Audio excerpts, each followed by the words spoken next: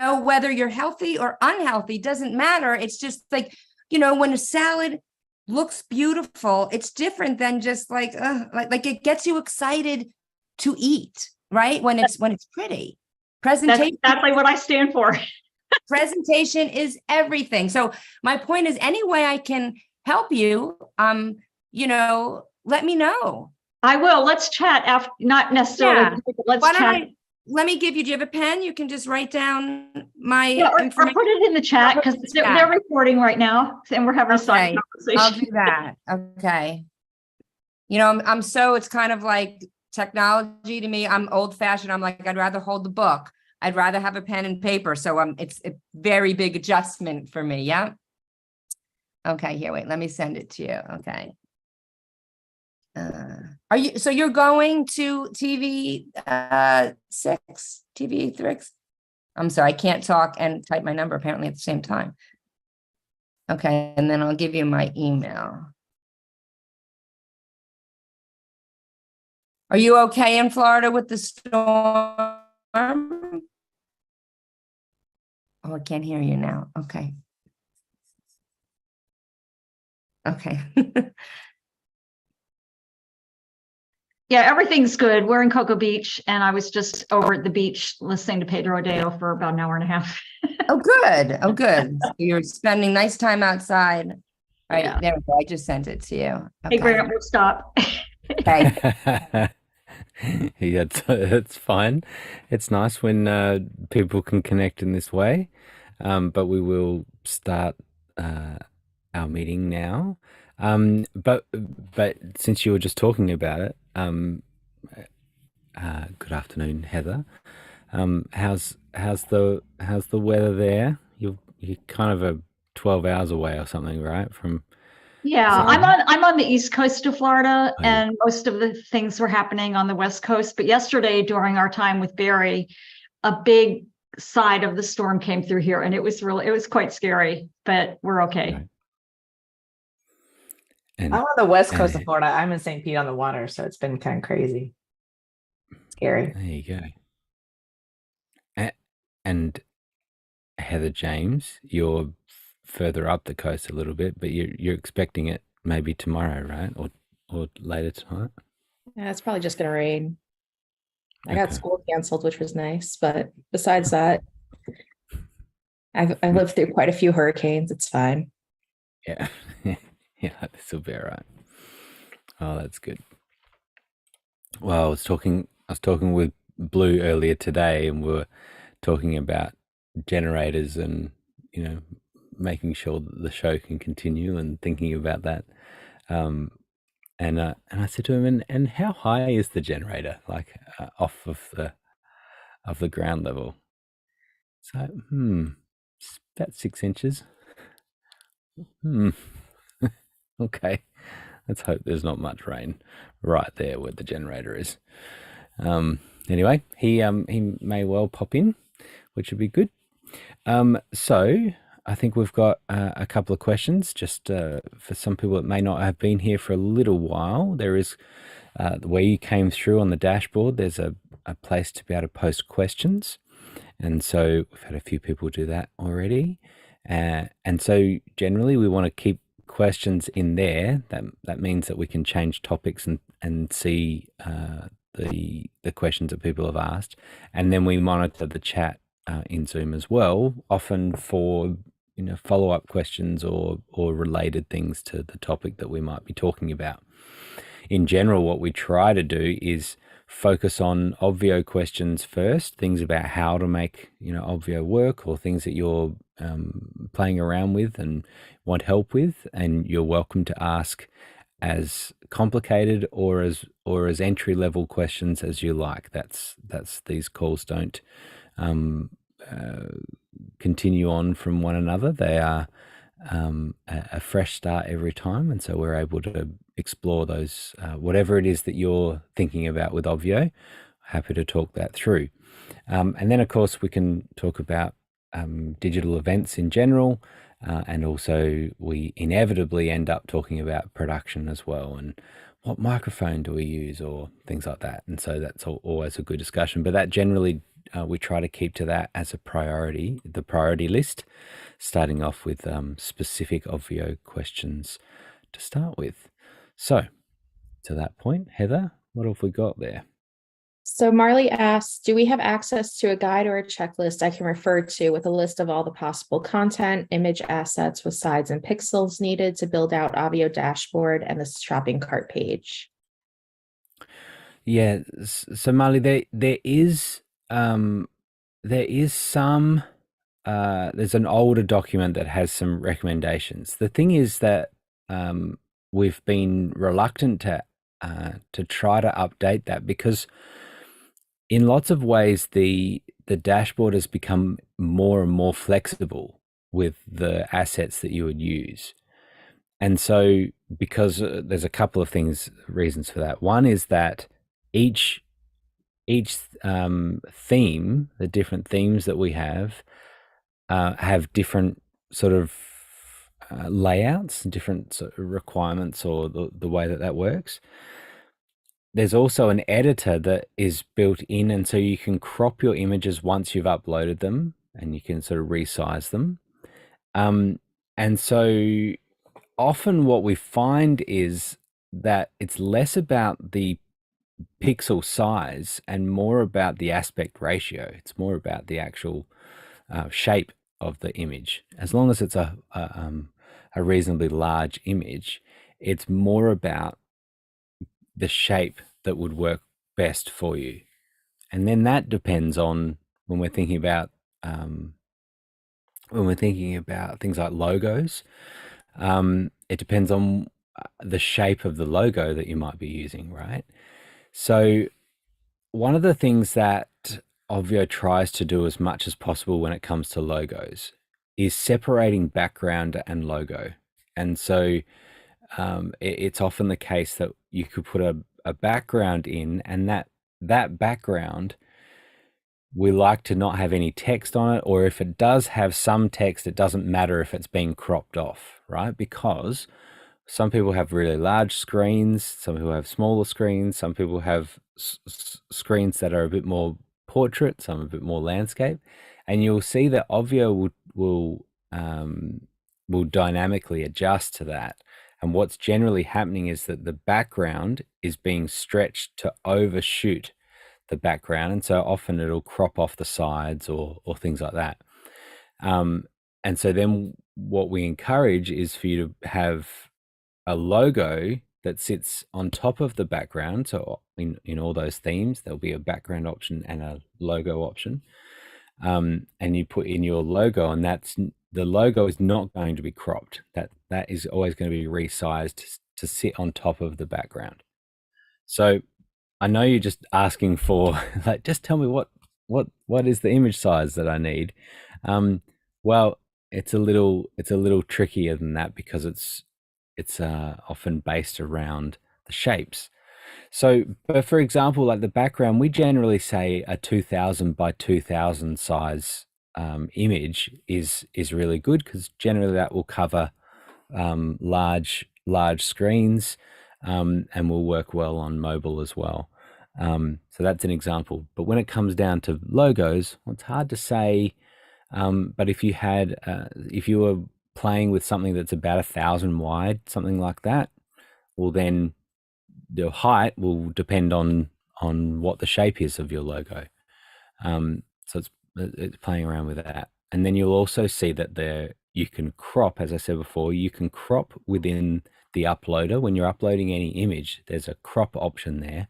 And so you can sort of resize it and you can crop and do all that within right within Obvio.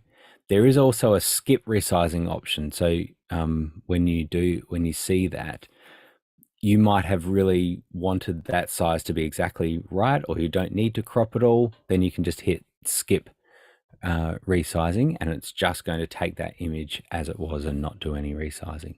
So but you raise a valid point, and that is that we need to be able to communicate that a little clearer and try to give some guidelines around it. And so that is something that I'm going to put on my to-do list again to try to have some recommendations. As you can hear, it'll be less specific to do it this size, but possibly more talking about a one dimension rather than two dimensions, and restricting people to that shape, because we don't really care about the shape so much in the way that it works. And so you've got to work with different logo shapes and things like that. So does that help? Kind of helps a little bit. Yeah, cool. I'm just going to make a note. Was there a second part to that, or is that covers that? Cool. Heather? All right. Irina said, after I entered API for integration, the next page opened up. Please explain all the fields. What exactly do I need to enter there? There's the attendee import or delete tag, login URL fields, action tags, and groups. Irina, which integration are you using it with?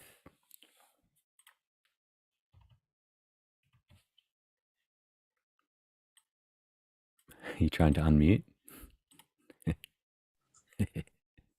I have so many different. There we go. I'm trying to get there. It takes time for me. Active Campaign. And I got APR key, and I got to the next page, and I have no idea. And I'm interested in a tag like the attendee didn't show up, things like that. I don't know, to use for segmentation in Active Campaign, right? Yes. Okay. So I'm just going to check if Blue is joining us, because he's actually been playing around with Active Campaign even today, and so he's more familiar with it than I am specifically. So if we can just pause for a moment, if you have time, then I'll just see if Blue is going to be able to join us. We'll come back. We'll hit up another couple of questions, and then we'll see if Blue can come in, because he'll be able to give you a concise answer about that. Cool.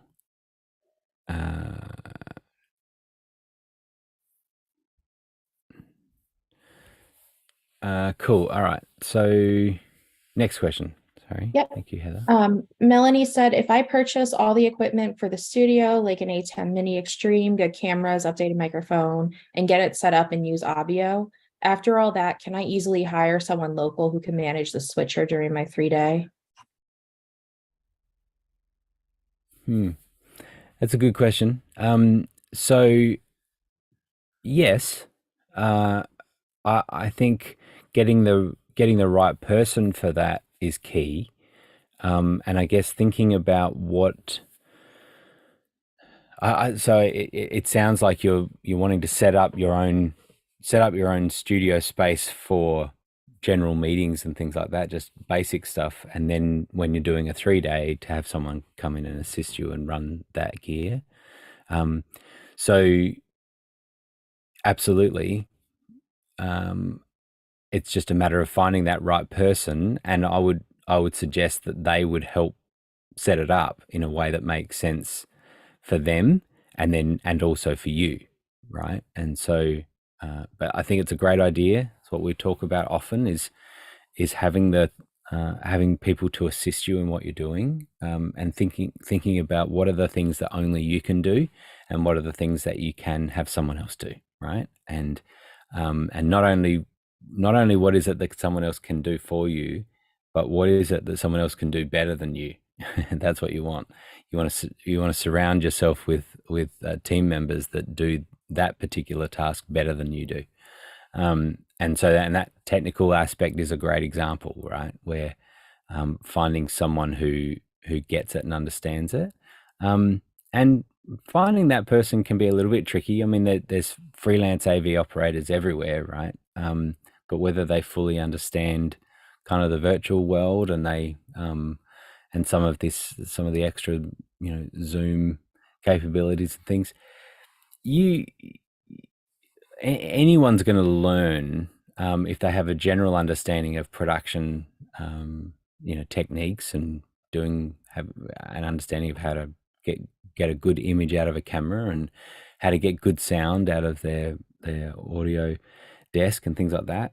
And then they may not be as familiar with some Zoom things, or certainly Obvio and how that sort of works. But all of that would come on the job, and as they're messing around, they work it out. I was just talking to someone about hitting up some of the education facilities of production, sort of AV production certificate places, where they may have students that are learning some of these general areas, and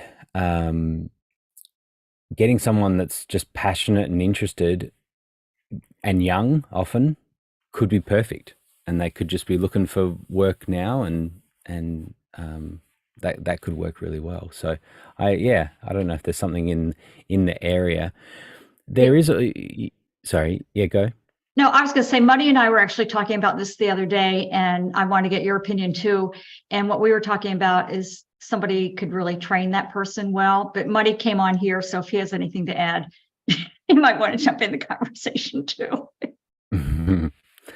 Yeah, well, and that's just where I was about to go, with sort of down the virtual line as well, right? So it's possible to have virtual production and have people do things remotely. So even things like your ATEM Mini can be controlled remotely. So there's lots that can be done that they wouldn't necessarily have to be in the space with you. There's some advantages to that, but it totally can be done if it's set up right.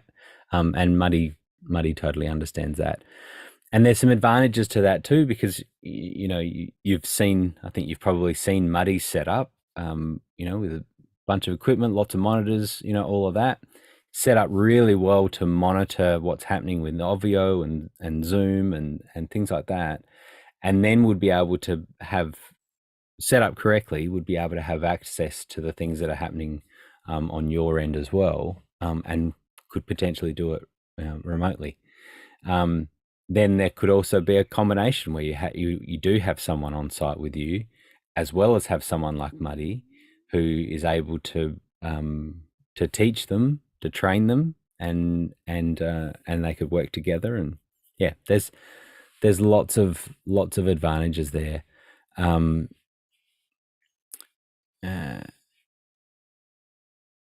Yeah, that's true, Dorita. There, she was just mentioning about AV in the room often can't see or hear what's happening virtually. And we have found now, even being forced into doing a few in-person events that may have some sort of, not necessarily hybrid, but recorded in some way.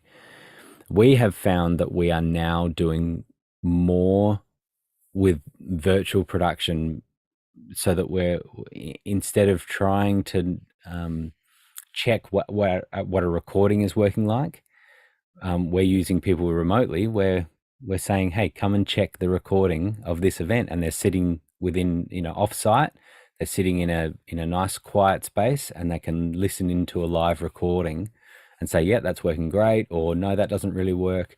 So to your point, Dorita, it really has worked amazingly to have external or sort of remote people working on our even in-person events. I think I've said before, running the timer, things like that. We've had people doing that all remotely. It's been really helpful. And then when you have remote speakers, for example, you might have a guest remote speaker, and you need that tech to prep that remote speaker. Well, how are they talking to them if they're in sort of the same space with you? That kind of can be tricky. Whereas you can imagine Muddy would be able to just freely talk to that person easily, while still monitoring what's going on for you. And, there's lots of advantages now. We talk about it as virtual production. And we've got quite a big network now around the world, literally, where we're having different people doing things from different countries, and that's pretty amazing. So yeah, so all the best with that. But yeah, I think there's a combination of what you're talking about that could work really well. So Irina, I have heard back from Blue, and he is going to drop in, so we'll be able to get back to your question with the expert. All right, what's next, Heather? So our next question is from Scott. He said, I'm working on the Infusionsoft connection. I can import fine. I'm having challenges getting the API posting to work. Let's bombard Blue with integration questions. Heard that one coming. Yeah, exactly. Yeah, look, and I've played around with it a little bit, but nowhere near as much as Blue has. So it'll be more efficient if we get Blue on that. If you've got time, and for anyone, we live stream this to YouTube, not really for people to watch it live, but for really easy access for when you want to jump back into the call if you've got to get out.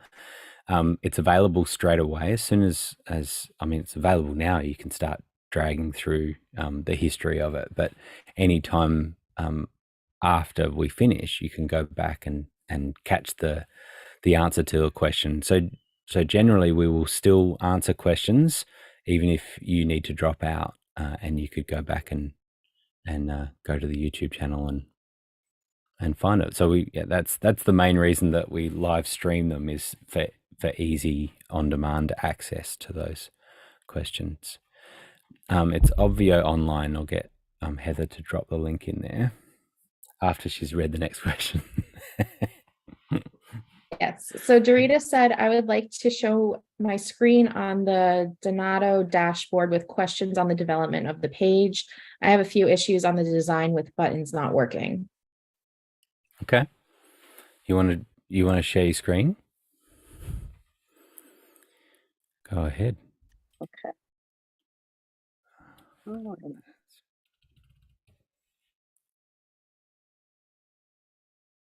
Okay, so a couple of things on the,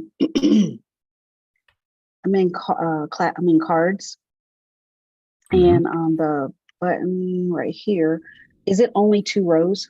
Because there's the option to do row 1, row 2. Can you have more rows than one? More rows than that at all? Yeah, okay. I not didn't currently. see where to do that. No, yeah. So it is. Oh, It is just 2 rows. Generally, what we do with larger events that have a lot of buttons is really we manage which buttons are shown when, and we find that if we can get, you can get quite a few in there, but not much more than 12 probably buttons, and we just generally find that once you get past that, it just becomes a bit of a mess of buttons anyway. So yeah, it is 2 rows at this point. I did not change the button sizes, but as you can see, it may just be because of the amount of text. It grows, is that right? So I would just have to make them all a little bit bigger to stay the same size, like right in here. How does that look on preview, and how does it look as an attendee? It shouldn't do that. Oh, okay. It fixes itself. Okay. Yeah. So I think you'll find that it will adjust correctly in that preview. Okay, so right up here at the top, when you see this right here, it's getting cut off, but I couldn't see. I thought you could make that header bigger. Would that be accurate or no? Yes. Yep. Have a look in there. Is that here? I didn't see size. On this one, on cards, let's see. What? Just show me the logo again. Because it's clipping it at the bottom. Yeah. When you in the upload there, there. So see how it's clipped? It clipped in the on the logo there. It's actually, but it's being clipped in the. Oh, so then when I first put it, when I first put it in, and you do the sizing, and it has done or skip it. It looked like it was in there, but maybe it was cutting it there. Yep. Yeah, I was going to say so I have to build the logo smaller. Not necessarily smaller, just not cropped. So where the logo goes in there, we don't fit actually in the space I had. So I made it all the way over to the side, so it was the square. Okay. Yeah. So a couple of things we're talking about here. So size is definitely there. Size is just down there, but it's not. What might be throwing you a little bit is that it's not dynamically changing. So you make a change to the size and then click save, and you'll see that update. But your issue of that cropping is the actual file itself. We don't crop in the viewer like that. So I would start with the clean logo again and upload it and see whether the crop happened on upload or how, but we can see.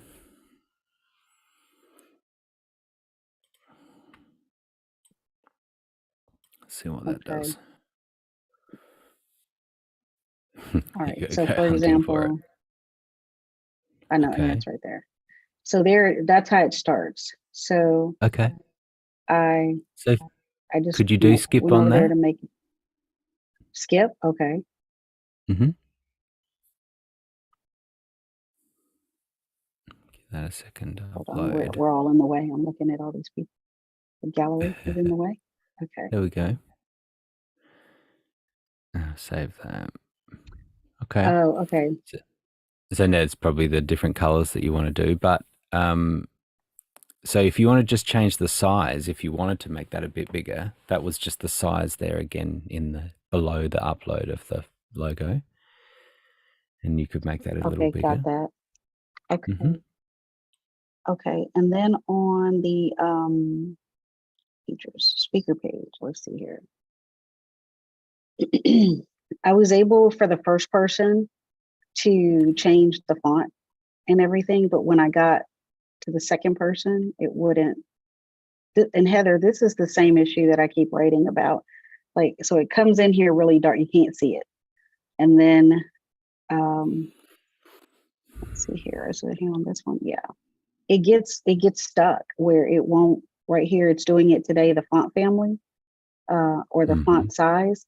Those things, when you click them, nothing happens. And that's something I know Blue was talking to the developers about, because if you make it pop out, it'll show up, but depending on the size of the screen, sometimes it might disappear that way. So in the meantime, if you just pop out that sidebar, it should be working.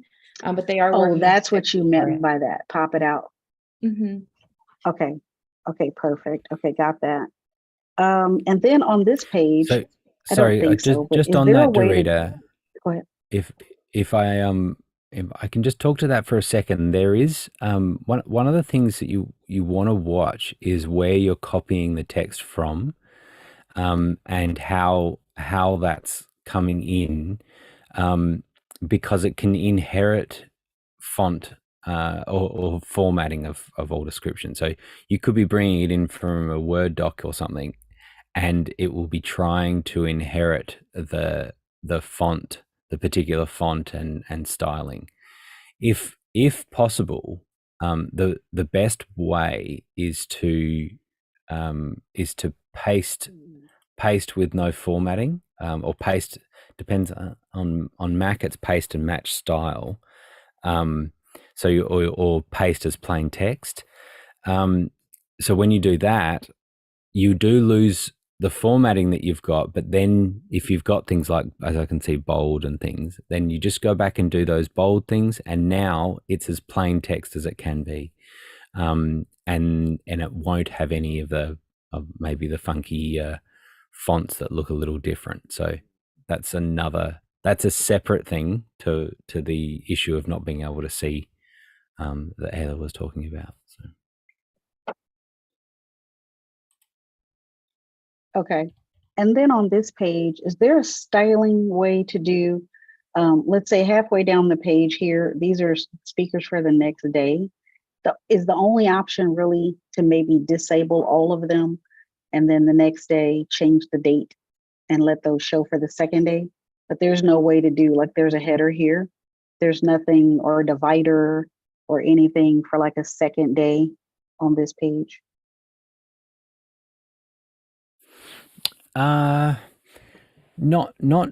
Not technically like that, but you could put another speaker in as a header and not have a logo in there. And you can use the speaker name as the header text, and that could say day 2. That would go. Oh, that's I a think good that idea. would go close. Yeah, that would go close to creating a header for you. I don't think that will cause a problem. And you could do something like, very similar to what that header is, where you can have the text would be the speaker name. It could be the, day 2, and then the text underneath it could be empty, or it could have something like, the date, the actual date or something. And now it's a 2-line header. And then I think, and then, and Stacey's saying about, you could use a logo in there as well if you wanted to, but you wouldn't need to. So you could play around with that. We have one of the things, kind of larger roadmap, is that the new marketplace that we keep talking about, this mythical new marketplace, when one of the big changes on that is the page builder, and is the challenge that we have at the moment. Is this we've kind of taken on a big task to really do quite a comprehensive page builder, and once we get that working really nicely, I suspect that we'll start rolling that into some of the other pages that we have, that will give more flexibility for sort of modules and being able to bring in different modules. To your point of, having a header or a different type of block that would break up the speakers or things like that. That would be the hope for us. Is a more uniformed, page builder. She's like, that's great, but and what about on now? This page, I know, I will figure it out. And then on this page, can I change? Can I add background color to this page without going global? Because under styling, that's all I got was space between speakers. No, that inherits that. Okay. Yeah, that inherits that from global, unfortunately.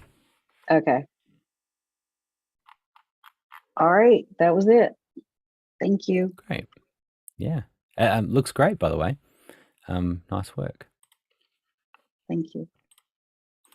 It's always nice to see that the different dashboards that people come up with, and how they use all the different kind of functionality on the site, and how people are thinking about it, because it's always really helpful. It's helpful to see them like this and you talking through it, because it informs the direction of the new functionality and new settings and things like that. So so it's a win-win when we are helping each other like that. So thank you. All right, Heather. Our next question is from Heather. We updated to enterprise. Other than the credits, what other features do we have, or are there any different themes that are available now? No themes, but there are a couple of enterprise features that are handy. One of those is, how you have registration links for getting people into a Zoom meeting directly, right? So you could have a speaker Zoom meeting.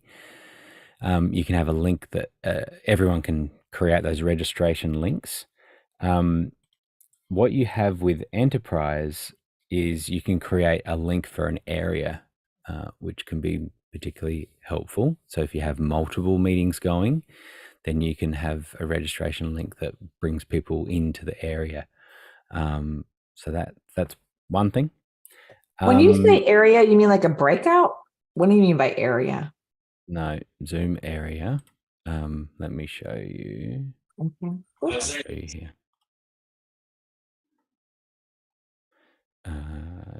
Here. So Zoom areas, right? So what we have as an example here, although this will only have one room in it, but when we go to the room itself, there's you can enable a registration link that takes people, bypasses the dashboard, takes people straight into the Zoom meeting. Okay. That's what that's for. So it's particularly helpful for speakers and things like that. What Enterprise has is at the area level, you can do a registration enable. I saw that. I didn't know what that meant. It just popped up. What does that mean? So now it's just a link that gets people, bypasses the dashboard and gets people directly into Zoom. But at this area, at the area level, it means that if there's multiple meetings within the meaning that you're doing an event with more than 500 or 1,000 people, then that's what would it would balance the people into the multiple rooms within the area. Got it. You've also got options of how that balances across larger meetings. So Enterprise is really built particularly for those larger meetings where you need to have more than one meeting going. So yeah, and as Muddy talks about, there is, for Enterprise, there is direct access to the meeting information, which is particularly helpful for using other bits of software like Zoom OSC and Zoom ISO, sort of production tools for being able to do more complex things with Zoom in a production workflow. And so those become available for Enterprise. If you go back real quick, I saw create a room. Which is, I've never seen that, create room, but that's different than an area, right? How long have you been using Obvio, Heather? Oh God, like a long time. Did I just never see it before? Is this a blonde moment? Well, I wouldn't say that. I would just say that it has been. Has it been there before? From the start, yeah. So it could just be. It could just be that your all the events that or most of them have only ever had one room in it, and you've never needed to create an extra room. Generally, what you're using create rooms for within an area is to create multiple rooms of 1,000 people per, so that you could do an event with 3,000 or 4,000 people. You would create an area and you would have 4 or 5 rooms, and now it would load balance across all of those different rooms. I've never been, so area and then multiple rooms, and each room could max at 500 or max at 1,000 with Enterprise. 1,000. Yeah. Okay. Yeah. Don't tell my client I didn't know that. So so okay. Well, they're growing, and so we just upgraded, and I'm like, I don't even know what we just got. So I was like, I should probably ask. Okay. So then the other one I just say is redirect links. So this is where you can create a little link. Let me see if I can do it here.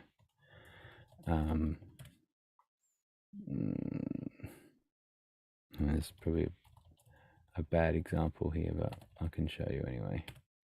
And where does this get shown at the event?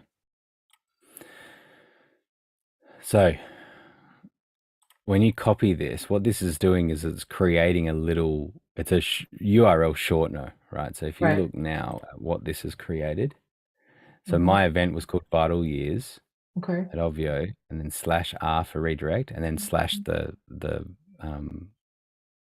the tag name. So I just did it as G. Okay. And so then this will go to my event, but then it'll redirect me off to Google because that's what I asked it to do. What is that used for? Maybe like with offers and things like that? Uh-huh. Okay. Yeah. It can be used for offers, but the big thing that this also handles is that you can have links that have login people that are logged in. So, for example, I can't show this entirely properly, but what you can do here is include merge tags. Don't don't be surprised that this is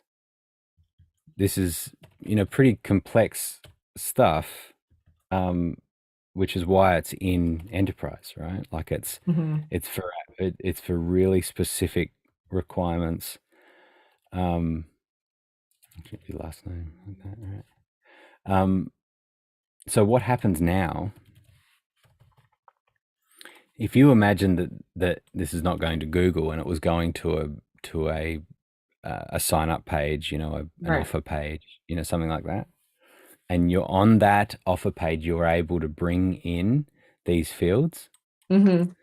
Then this update, what it means is that you can now copy this into Zoom, into the Zoom chat, and now it'll bounce through the dashboard, pick up those fields, the first name, last name, email, and send it off to a totally separate website, meaning that their email, their first name, last names are already pre-entered, and you could do some pretty cool stuff with how you're managing that. So it feels like they're totally logged in still. They don't have to enter, and you know who they are. And on that product, now this is a totally separate page, a separate product selling page. You could have something that is able to personalize that because you know where they've come from. So it does require people to be logged in, but it means that you're sending everyone the same link, even though it's going to end up having their email and that sort of thing in there. So with enterprise, would they, because their big thing they're asking me right now is like, how many people of the people that showed up or how many people that registered attended? Basically, how many people showed up, and we haven't been able to give that data to them. So, but we're connecting everything with Go High Level next week. So I'm curious, was that any kind of upgrade with enterprise at all? That's a standard across all plans, is being able to take an export of who attended, and so you can go to when you're in those Zoom areas, you can do when you're in the Zoom area. To show you quickly here. Is there a way to bring that back to the CRM just to have it from a tagging filter perspective? Well, sure, yeah, and that's how you yeah. There's a couple of ways of doing that on buttons, and so once you have that integration, it depends. I don't know how that's done with. We're Go High Level right now. Right now, Zapier, but we're moving over to Go High Level. We're just trying to figure out who actually, even if they just clicked the Zoom link, that's to us attended, right? So we're just trying to like, who actually showed up. Yeah. So I think you did that with Zapier, right? Like you set up a tag that was pushing we through. tried. Didn't really, like I say, didn't work. It didn't work 100%. So we just kind of undid it. It was kind of causing issues. Okay. But that's because we run with a Fusion soft, so everything was, Zapier is one more thing, it just breaks. So okay. And that's one of the reasons why we're trying to move to the Go High Level integration. Because in our case, we're doing kind of free event with us, with like 7,000 people coming through, and we want to see who is actually showing up, so then we can send them different marketing stuff like that. Yeah, for sure. So at the moment, the easy way with that is to take the export from the Zoom area or the Zoom room, and then that's going to tell you how long, when they joined, and it will tell you for how long they joined. the total number of minutes. And so that's just the export in the area, in the Zoom area. We are only probably a couple of days away, hopefully, from adding a second option to that, which is to have a summarized view. So tell me how many minutes the person joined for across the whole event. Okay. And then, which is what it is currently. And then a second option that is a detailed view of every time they joined and left. And so then that can be interesting, because then you can look and see that someone came 6 times, and particularly if you're reusing your event, then you'd be able to see if they came to multiple instances of your. We can also see drop off times, or drop off moments like that, like when people. Absolutely. Okay, so this is standard, not enterprise, just everyone. It looks like then with Go High Level, there is that integration possibility to click on that attended. Do you know if that's updated or not? Just curious, Vaughn. I'm not sure. Blue is coming. I'll double check that, because he was building that out specifically, or overseeing that. So I'll check that. We can double check that. Okay. But yeah, and then just key enterprise features are unlimited organizations, unlimited events within those organizations, and then a cheaper, up to 1,000 people is included in each room, and cheaper add-ons, so cheaper to buy more rooms, cheaper to buy more attendees, that sort of thing. So that's the key features. And our enterprise plan is really for people that are sort of reselling it, or that just are a larger client that are running a lot of events themselves. It makes sense to move up to the enterprise plan. So. Yes. Okay, great. Well, we're that. All right. Thank you so much. Cool. Great. All right. Heather. Next question is from Jenny. She said that I am going to have to buy a used computer dedicated to just studio hookups. What is the minimum specs and brand needed? So I'm a bit of an Apple fan. I find it difficult to find a better machine than a Mac Mini. An M2 Mac Mini is just perfect for what you're talking about. In fact, I bought one just yesterday, another one, and you can get the base model Mac Mini, and it will do all that you need it to do and more. So you're talking $600,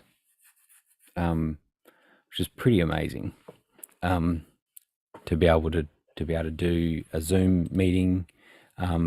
Yeah. So now that's a Mac Mini. So of course that means that's just the computer itself. You need a monitor and keyboard and mouse and things, but you've probably got that. And then, yeah, I know lots of people. What have I got? 4 of those now. And yeah, they're just amazing. They're really low power usage. They're quiet. And all that new, the new CPU in those, the way that works, is just really efficient. So I haven't found, for $600, you don't find quite the equivalent of PC in that. There are some things around, and if you had specific need for it to be PC, then you could work that through. But I'm pretty happy with Mac. What would you say, Muddy? Well, I'm not sure how good my audio is going to be because you're fine. I'm in a volleyball gym with four games going on right now. But yeah, you can never go wrong with the Mac Mini. That's certainly a super powerful machine for what you need. Just keep in mind it doesn't have built-in monitors or keyboards and mouse, so you'll need some accessories for it. But yeah, I think that's a great recommendation. Well, am I going to need all that? I mean, I'm hooking it up to the monitor system, and to be stationary, it's not going to get moved.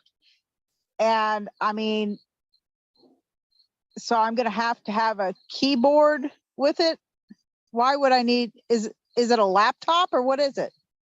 No, it's just the little computer box itself, Oh, like a okay. desktop. All right. You sound disappointed. Well, no, it's so just I am so limited on space. I literally almost dumped water in a couple of $1,000 computer, and I need something cheap that stays, on the desk and stationary. And so I just, yeah. So let me explore another option for you. And for those that are listening along at home, the adventures of Jenny are quite exciting. You could go back to the YouTube channel and go through and see, just scrub through and see when Jenny comes up, and we hear all the entertaining stories. How did you go with the monitor setup last week? So the monitor's all great now? Yeah, it's good. It was quite a project trying to get it all to talk to each other. And but I got it sorted, and so I did some filming and knocked a thing of liquid, and it almost dumped in my computer because I can't put the computer where I want it to go, and it's in my work area. So I need something that I don't care if I dump liquid in it. You want a military grade computer sitting on your sewing table. Is that what you're saying? No, well, it's a lot more than a sewing table, but it it's just, I was just trying to solve a problem. If it's not really solvable, it's not I'll deal with it. Okay. I really don't want to have to buy, multiple components and things like that. Okay. All right. Let me, and Jenny, you sound a little flat today. And so it's probably thrown you a little bit. Is that right? Yeah, I'm at a. Fair enough. It's all good. It's it can absolutely be overwhelming, and I can hear that for you. We're talking about really complex setups, these studios. And this is one of those times where we talk about how much can you do, like all of that content sharing that you're doing, that you're teaching people all this stuff, and then you're trying to manage all the production aspects of it as well. I'm just saying it's a lot. It's a lot. And then I know you've got space restrictions, physical space restrictions that really makes it harder again. Well, I'm going to back away from the live until I start generating some real activity. Because I just don't have anybody to help, and it's too much. So, I'm having to back away, which is disappointing because I really like it. And it's fun, but, just for the, I'm just having to back away from it and go back to just filming and do the editing of the film, uploading the film, and then going from there. Cause it's all trying to do the mini and all that stuff. It's just, Fair enough. And look, I think this is really common, what you're going through, because the potential of what we can do with all these events is huge and vast and kind of exciting, and we want to just do it all. But having a plan where you hold yourself back, and try to work to, one of the things we talk about is trying to work to 60% of your capacity, not 110 of your capacity. And so when we say how I'm going to try to do something around that 60% means that now when something goes wrong, I've got 40% in the tank to be able to deal with that problem. And so I think it's really wise what you're talking about is just pull everything back.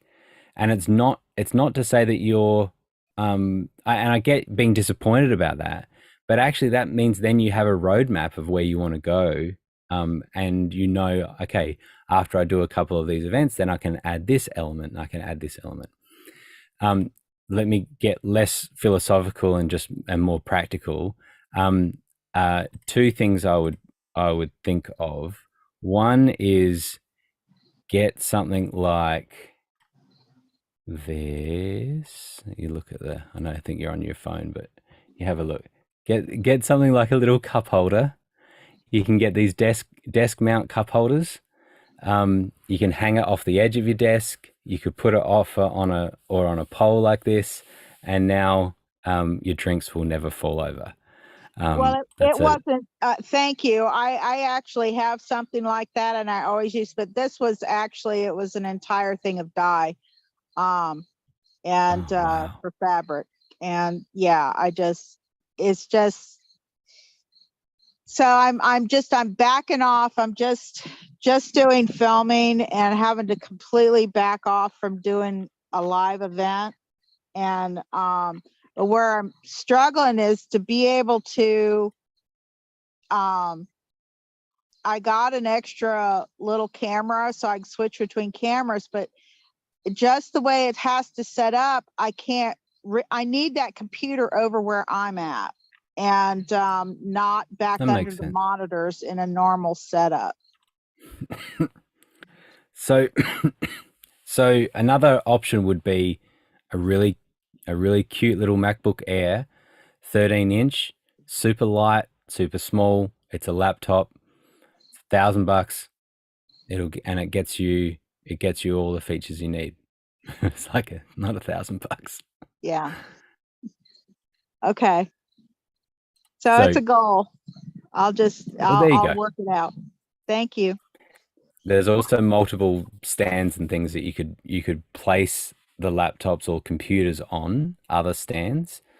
And so you could have something else that lifts it up off of the table, and have you can have little keyboard and mouse, stands and things like that. So there's lots of options, but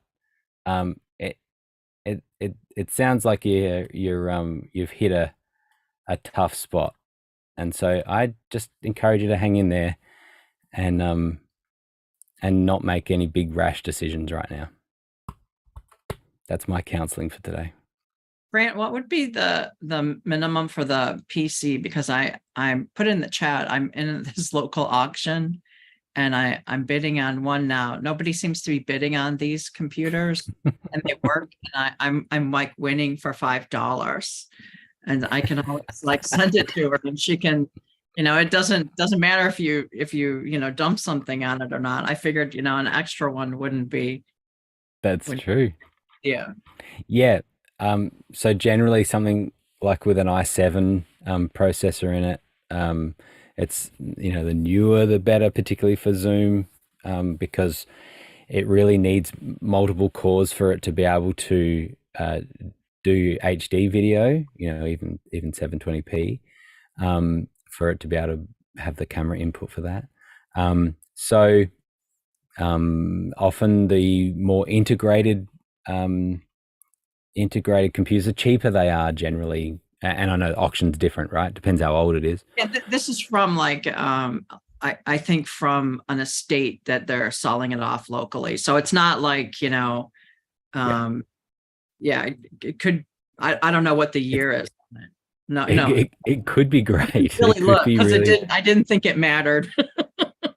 But yeah, so it does matter for Zoom. But there might be some other tasks and things that it could work fine for, or that for Zoom it works fine, but it may not be the main machine that you're sending your main feed from, and it could be for gallery view or things like that, and it could work great for that. But that's a difference too, is that to to get a 49 grid, a 7x7 grid, you need a PC that has, I can't remember the specific specs on it, but there are certain PCs that won't do a 7x7 grid because it just hasn't got the graphics and the processor to be able to handle it. So there's a little bit there, but yeah, Okay. it was the quad core. But I'll look at what if they have details you on can it. get it for $5. Yeah. Okay. Thank you. I would say You're it's welcome. also Kevin? a little bit tough too, that all the Intel processors for like the last 15 years are i3, 5, 7, and 9. But you then Yeah. have to look up model numbers to see, is that thing 15 years old or is that thing 2 years old? Because you can't just tell by an Intel i3 or an Intel i5 if you're looking at the Intel chips. So I wouldn't It's really the- know until I got it, pretty much. Yeah, If it's sometimes they'll say like Intel i3, like 11,000 something will be a model number. Like you can look that up and see when that was released. Okay. Thank you. yeah. Thank you, Justin. Yeah, exactly. And it's like what we would have been really happy if you had just called them i57, like just keep going up in the numbers. But instead, it's like a V6 or a V8, car. Just because it's a V8 doesn't mean that it's not 30 years old. So it's quite similar to that. But yeah, someone, I think they've just said it. Yeah, it was 7. Muddy was saying, Kevin, the 7x7. So you can choose in your Zoom options to be able to change to a larger gallery view. So the default is 5, 25, is that right? 25. And then you go, you can go 5x5 grid or a 7x7 grid. And so once you go to 7x7, you can get 49. That's the most amount that you can see. And it's just funny. I remind myself I'm looking at grids like that all the time now. But 3-4 years ago, if you had said, hey, I want to have a meeting with 49 other people, I want to see all their faces, I just would have been like, you can't do that. Like, Skype won't do that, or, whatever. But yet here we are, and we do it all the time, and it works amazing. And it's not just one 49 grid we do now. We fill screens in studios with it. So it's pretty cool. Sweet. Welcome, Blue. You look dry. That's good. So far. So far. Fingers crossed. Yep. I heard about sandbags at the front door, just in case. Yeah, the building that our studio is in has sandbags down at the front door. That is correct. Yep. Wow. Yeah. Wow. The joy of getting ready for a hurricane / well, really probably tropical storm by the time it's here. Yeah. So you got a few more sandbags you could put around your generators? The reality is, the more we look at it, the most recent thing that I looked at, it looks like it's staying inland a little bit longer. And the side of the storm that we're going to see, hopefully won't be that bad. Okay. So We'll see. He's hoping. Yep. How about it just goes out? Just go out off coast. Don't worry about going inland. Go out. Way out. Yeah, off coast I was for thinking everyone. about that, and then I thought, probably the last place I want to be is on the water. So yeah. Yeah. So I'm gonna throw a couple of integration questions straight at you. Heather, have you still got those on standby? Yeah. Irina said. So Irina said, after I entered API for integration, the next page opened up. Can you please explain all the fields? What exactly do I need to enter there? There's the import attendee or delete tag, the login URL field, the action tags, and the groups. Yeah, for sure. So the way the ActiveCampaign integration works is very similar to the way the Infusionsoft integration works. So when you go to ActiveCampaign and you click on this link, what'll wind up happening is you have to enter in a couple pieces of information that you get from your ActiveCampaign account. And then you get this page, and this is the page that Irene is talking about. So right at the top, you have an attendee import or delete via tag. We could probably improve our language there a little bit, but essentially what this is a tag that you need to apply to your attendees for the event. So anybody who has the tag applied will be imported. And if you remove the tag from an attendee, they'll be deleted, right? So that's why it's an attendee import or delete tag. Another way to look at it is kind of like an umbrella tag. So anybody who you want to show up as an attendee in Obvio needs to have that tag applied. The next tag is the login URL field. And you can, this is where you would create a custom field inside of ActiveCampaign to store the login URL for your attendees, or magic link, inside of the platform or inside of ActiveCampaign, so that you can send emails out to those people or text messages. So you can send those messages out and include the login URL. Next up, you have 3 action tags. And those action tags are number 1, attendee created, number 2, attendee checked in, and number 3, attendee signed waiver. And essentially what this is when the attendee takes this specific action, they will be tagged. So attendee created is pretty simple. When the attendee is imported into Obvio and we write the login URL back to ActiveCampaign, you have the option, this is not required, it is optional, you have the option of assigning a tag in ActiveCampaign to indicate that they've been imported into Obvio. There's a number of reasons why you may want to do this, but it really boils down to, do you want to trigger an email of some sort going to your new attendee with their login URL, and you want an indication that that login URL is ready to be sent, meaning have they already been created in Obvio, and that attendee created tag is the indicator. Next up is attendee checked in. And I'm actually going to define these in reverse because they really go in reverse. Attendee signed waiver, that's a tag that gets applied in ActiveCampaign when your attendee signs the waiver, if you have a waiver step. Again, this is optional. And attendee checked in is a tag that gets applied when your attendee either goes through tech check, or if you have tech check turned off, this tag gets applied when the attendee sees the dashboard for the first time. So if the dashboard is loaded, that's when they will be indicated as checked in. Next up are groups. And groups are also optional. And this is the ability to import a field from ActiveCampaign into a group or custom field in Obvio. So if you wanted to indicate what country they were from, as an example, you could import an ActiveCampaign field, which I think they have, called country. I may be wrong on that. So maybe city.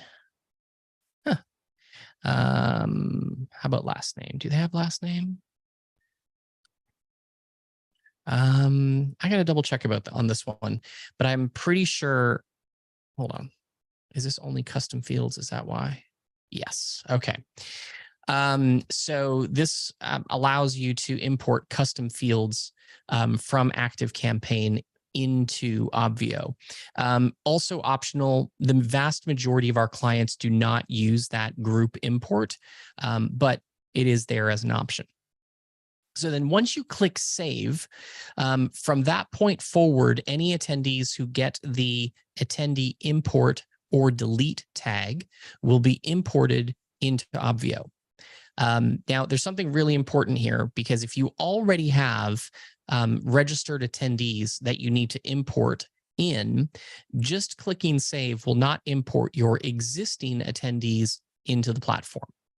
In order to get your existing attendees into the platform, what you have to do is click on this big Import Attendees button, the top right-hand corner of the screen. And when you do that, that will import all existing attendees or all existing contacts from ActiveCampaign who have your attendee umbrella tag into the platform. So that is the gist of how ActiveCampaign integration works.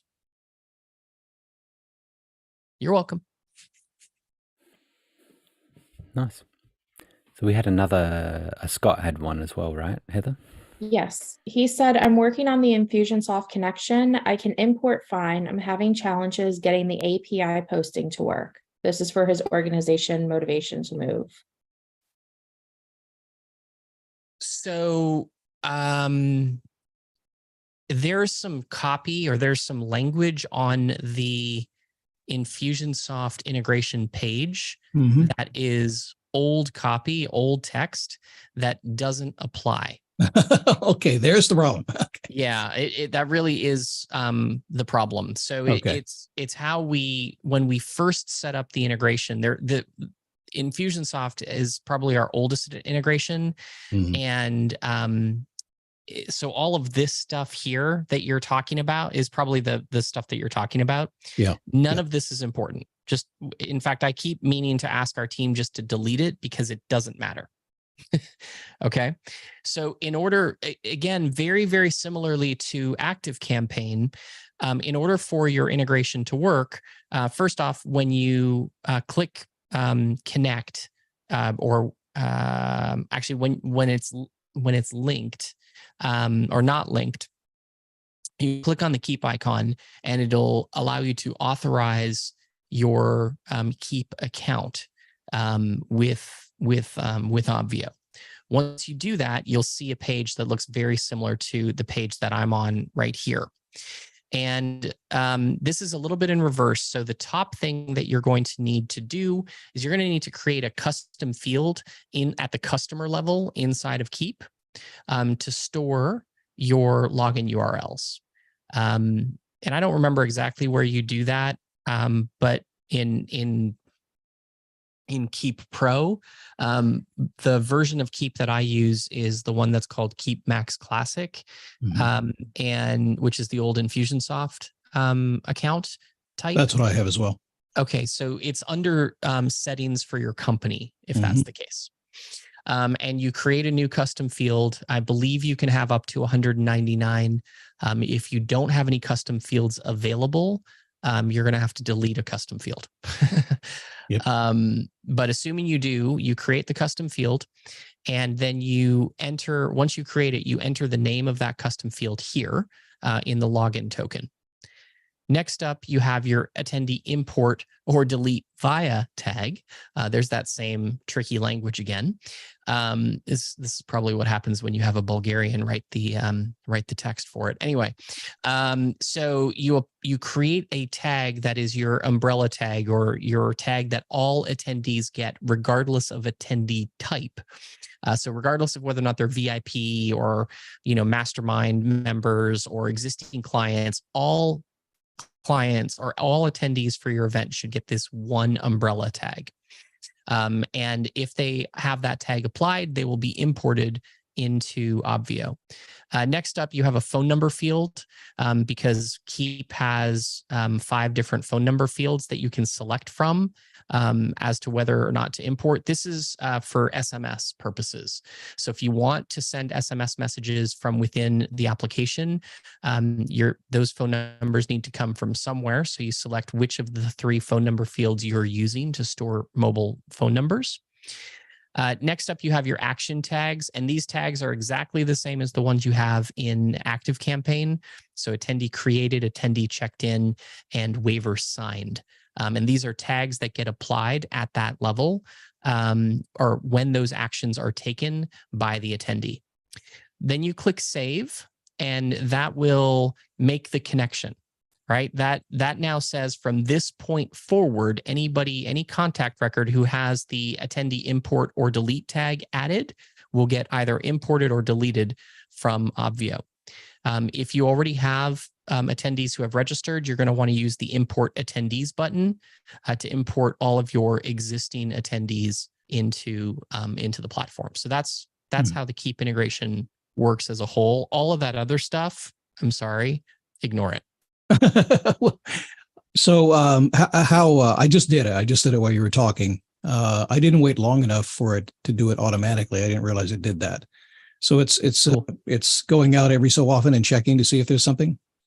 So what happens is we are using behind the scenes the import attendees function is an immediate action that depending on how big your account is, depending on how big your event is, can take some time, but generally speaking, doesn't take all that much time. That's us going out using the Infusionsoft API and saying, hey, who has this tag inside of this Infusionsoft account or Keep account, and let's import them and then do the action. From that point forward, we use something from Infusionsoft called webhooks, which essentially is something that Infusionsoft will send us every time a tag is added to a contact. It'll be like, hey, this contact had a tag applied, or this contact had their name updated, or this contact had their email changed, or whatever. And those tags generally take anywhere from 2 minutes to, believe it or not, 15 minutes is kind of the range that I've seen from Infusionsoft to come to us. And then once they come to us, we process them near instantly. So our account takes about 2 to 3 minutes for those changes to happen. But I've seen some larger accounts. Like I was working with somebody last week who had, man, and this is a problem I'd like to have, that they had like 375,000 contacts in their Infusionsoft account. And when you have that many contacts in an Infusionsoft account, the account itself runs slower as a whole. And as a result of that, their webhooks were taking up to 15 minutes to trigger, which can be frustrating. Right. But there's not much. That's something that's happening. That's a Keep issue. It's been not an issue forever. Not to kick the ball across the court, but that's not anything that we have any control over, unfortunately. Yeah, you've had your Keep account for how long now? You said 14 years? It was created in 2009, I believe. I'm 1 year behind you. So yeah. I think I've said this multiple times. I'm not sure that I would still choose Keep today, but it's where we started. And once you know how the platform works, it's really not as confusing as everybody thinks it is. I am on the same page exactly with that. Yep. Well, I appreciate it. Yeah, it's the that knowing it. You got the webhook thing. It's automatic. We get them in there. That's all I needed. So it's working. I just did it. So cool. I appreciate it. Yeah. Thank you. You're welcome. All that text that's there. What used to happen is how the integration used to work is we relied on a campaign HTTP post in order to in order to trigger the actual process. Okay. But like I said, all of that has all that's gone away, which is lovely because that was a pain in the butt to set up. Yes, can be. I appreciate it. Thanks, sir. You're welcome. Yeah. All right. Sparkle Academy. Yeah, I think you got it is automatic. We subscribe to the and this is actually one last thing for you to know on the Infusionsoft side. We subscribe to the webhook, and the moment the event passes, the webhook is automatically unsubscribed to. So we stop requesting for changes after the event end date passes. So it's really important that, and not only that, but if you change the event date, like let's say the event is over and you decide that you want to rerun the same event and you just change the dates of the event, your Infusionsoft integration needs to be set up again in order for those webhooks to be resubscribed to. So just something to keep in mind in the back of your brain. I haven't come up with an elegant, or we haven't come up with an elegant way to identify that as a problem just yet. But we're thinking through how to change the the UI essentially inside of. There's a couple things that we're working on to potentially make it easier for people to see when an integration is no longer connected. The integration is per event, right? It is. Okay. Yes, sir. Okay. Yep. That makes sense. That's not a big deal. Yeah. All right. Good to know. Here you go. Yeah, and you can have as many integration or many events set up via Keep as you want to. Okay. I mean, clearly, the bigger your account is and the more events you have set up, the more burden there is on the Infusionsoft webhook system. But there you go. That's their problem. So cool. Thank you. All right. Marley had a question. How do I connect a client's Stripe account to an event? Stripe accounts are connected at the organization level, not at the event level. So that's number one. And in order to do that, let's see if you click on, actually, what am I'm sharing my whole screen. In order to do that, you click on the organization name. We just got insight into Blue's brain just then, just seeing everything that is everything he's tracking. Yeah. All I'm really worried about is when is the tropical storm going to actually affect me? Yeah. So right where on the organization settings page, in my case, it says disconnect Stripe because it's already connected, but it would say connect Stripe, and I believe the button is blue. In order to connect it, you have to be I believe you have to be the organization owner in order to see the organization settings page. So keep that in mind. If you're helping a client and it's their Obvio account and they've set you up as an admin for their organization, even if they've selected all of the things, Stripe, there are a couple of things that you can't do unless you're the owner. Connecting Stripe is one of those things. And actually changing organization details is another one of those things.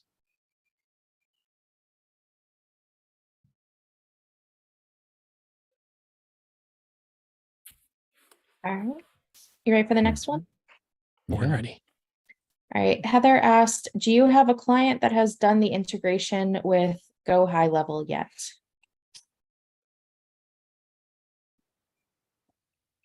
I don't know, actually. Yeah. I think I do. I was just thinking that too.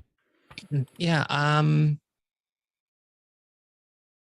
I've done it a couple times because we've done testing on it on our production systems. And I believe there's at least one person who has used it thus far that I'm aware of. It hasn't been active for very long, to be frank. All right. Our next question is Muddy. He just wants to know if there's any update or timeline for detailed attendee stats showing when people joined and left. Great question.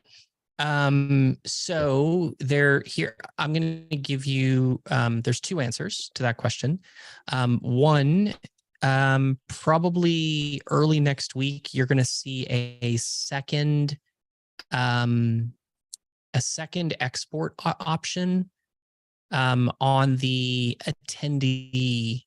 on the area page and on the room page. So currently, when you go into the area or room pages within the platform, you see an option. So if I go here, I go to. I said a few days. That's working days, Muddy. So I think we're right. Yeah. So at the area page, there's this export attendee button. And currently, if you press that button, you'll get all of the people who joined this particular Zoom area. And there's some columns at the end of the export that are, I believe it's duration and number of joins. And essentially what it does is it gives you a summary. It's kind of like a summary log of how long all of your attendees spent inside of Zoom. So that's what's already in the platform. What we're adding to the platform is what we're calling a detailed log. And what it will do is it'll have an entry or an export for each time an attendee. It'll have a line for each time an attendee joins and leaves a Zoom room. So if you go into a main stage over the course of an event 17 times, then when you export and ask for a detailed log, it'll include 17 rows for your attendee record, with a join time, a leave time, and a duration for each one of those joins. Yeah, so that's what is coming to the platform soon. And like I said, it's already built into the platform. We just need to make it visible to you guys, so it shouldn't be all that hard. But every time I say something should be easy, I feel like it's like the curse of time. So let's say that it should be available at some point next week. Yeah, famous last words indeed. And admittedly, our development team has been working really, really, really, really hard over the course of the last couple of weeks on making some really significant infrastructure changes to allow for larger scale usage of the platform. And those changes that we've been making are things that, I said this, I think yesterday on a call, that if you're a Elite member, you may have heard. They're changes that aren't going to affect most users. But what happens is, or what happened for us a couple of weeks ago, we had an event that had over 500,000 people registered for it on the platform. And all of those people were registered to come through Obvio. And while I can't tell you the exact number of people who were actually present live, I can tell you that it was easily the single largest event that we've hosted on the platform. And the platform performed really, really, really well, with the exception of 3 minutes. And during those 3 minutes, we successfully served about 90% of all requests on the platform. And a request is like a dashboard load, a click to join Zoom, et cetera, et cetera. So from an attendee perspective. And what happened during those 3 minutes is there were some significant slowdown periods of the platform. And because of how the platform is built, it really affected everybody, right? So it, of course, affected this one event that was taking place at that specific time, but anybody else who had an event that was taking place at the exact same time also was affected. Or if you tried to log into the platform at the exact same time, you would have had some issues during those 3 minutes. So afterwards, that happened on a Saturday. On Monday morning, we got together as a development team and we're like, okay, that was awesome. We successfully served like 99.9% of all requests that came in during that event. And during that 3-minute window, we successfully served 90% of them. But that means that 10% of them failed. So how do we get better? Because hopefully that's not the last time an event for 500,000 people will be on the platform.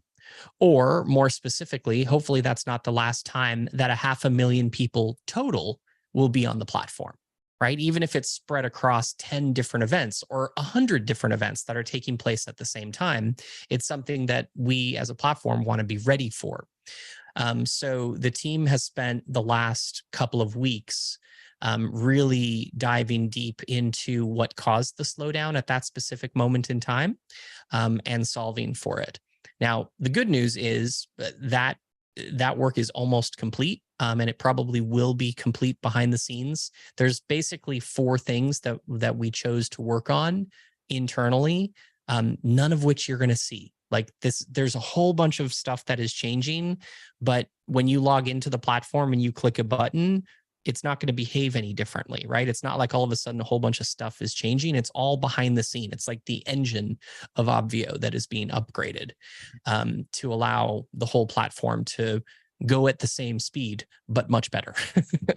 So it's an interesting thing to be going through, because it's, put a few projects that we've been working on hold, because we put a top priority on this, because stability is more important than features. Doesn't matter how cool the features are if the platform doesn't work, right?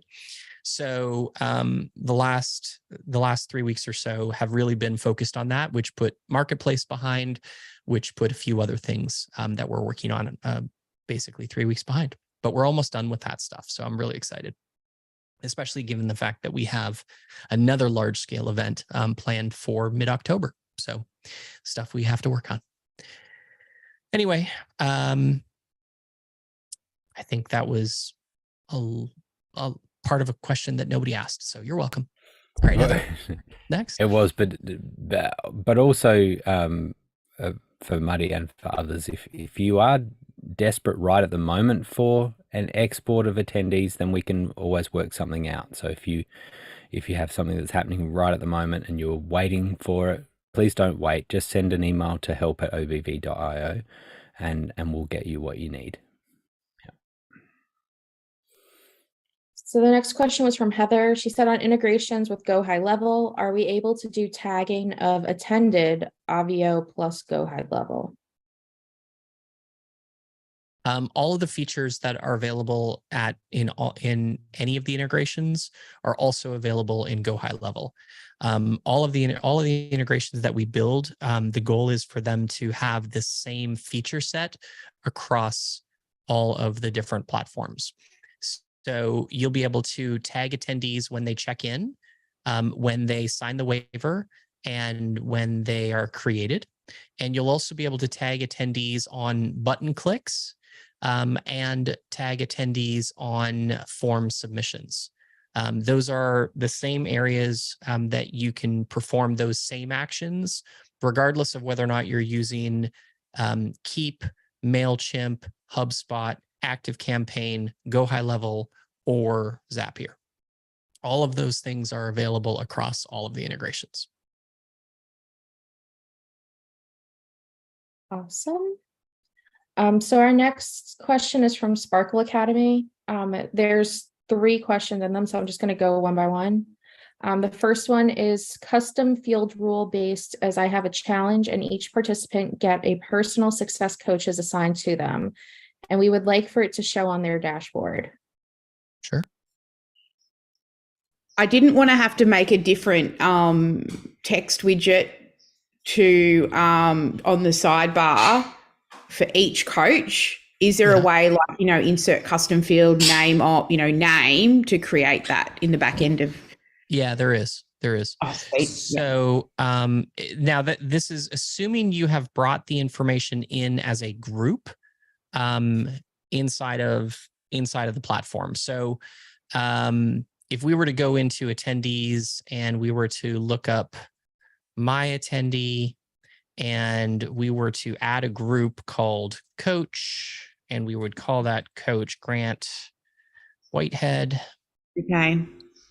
Okay. And then we were to go into the dashboard editor, and pretty much anywhere you can put text, you add something like your coach is Coach, like that. Oh, okay. Yep. Okay. Now, when I preview this, it's going to show nothing. But if I go into my previews and I add a group that is Coach and Grant Whitehead, I believe the preview will then update. No, it doesn't. So I think if I were to log in as me, assuming that has actually. Yeah. So at the moment, what we do is it's tag imported using Keep. Yep. So the file comes in, and then we're using the tag ID numbers to assign, what they are. So if they're a VIP or a paying member or all the different things. And also, so we're using the rules for all the buttons and all the things that they can see. Yep. So is there a way to automate putting them into a group as well? Yeah. So what you would, in order to do this in the way that I think you're wanting to do it, you're going to need to put that, you can't use tags for it because there isn't conditional logic inside of text, right? Like you can't say if this tag exists, then display the text Grant Whitehead. Yeah. However, if you store that information in Keep, like who their coach is in a custom field, we do. Then what you can do is you can import that custom field as part of the integration. So I'm going to go back to attendees and services, go to Keep, and down here you would add a group and you would call it coach. And then you would type in the name of the Infusionsoft field. So let's say it's stored in the city field. Yeah. Okay. And now when you click save, from that point forward, anybody who is imported into the platform will include the group coach and the value in the city field. Now, if you've already imported your people, you just come up here, click import attendees, and that will, that'll re-import everybody based on this new criteria that you've added. And then you'll be able to, so if we go here, so this, now you can see this has already started to update, right? So coach, Nashville, Hyattsville, Westminster, et cetera, et cetera. I was just thinking that you're going to come back to this event and be like, what is coach Why Nashville? is I mean, all right. Fortunately, I know when I use our own event for demoing of weird stuff all the time. So, but yeah, that's, and then you can call it whatever you want. You can call it coach. You can call it, it doesn't, the name of the group does not need to match the name of the custom field. All that's important is that you name it appropriately, and then you use the name of the custom field or the group that lives inside the two squirrely brackets, whatever those things are called. I put the word coach in the custom field import tag thing. Cool. And it pulls that data from Keep, but that's already been imported as its own field inside of Obvio. I get it. Yeah, I'll run a test on it today. Exactly. And then you can use that merge code, right? That squiggly line, squiggly bracket, custom field name or group name of coach, and then squiggly bracket. You can use that anywhere that you have text on the in the dashboard. So you can use it in a blog post, you can use it in a button, you can use it anywhere. Yeah. No, it makes sense. That makes sense.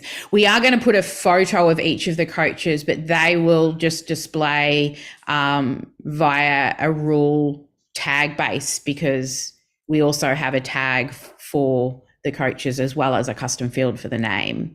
Cool. You can also have, I mean, tag ID is perfectly fine, but you can also do rules based on that same custom field or based on the same group, because rules can work off of groups and tags.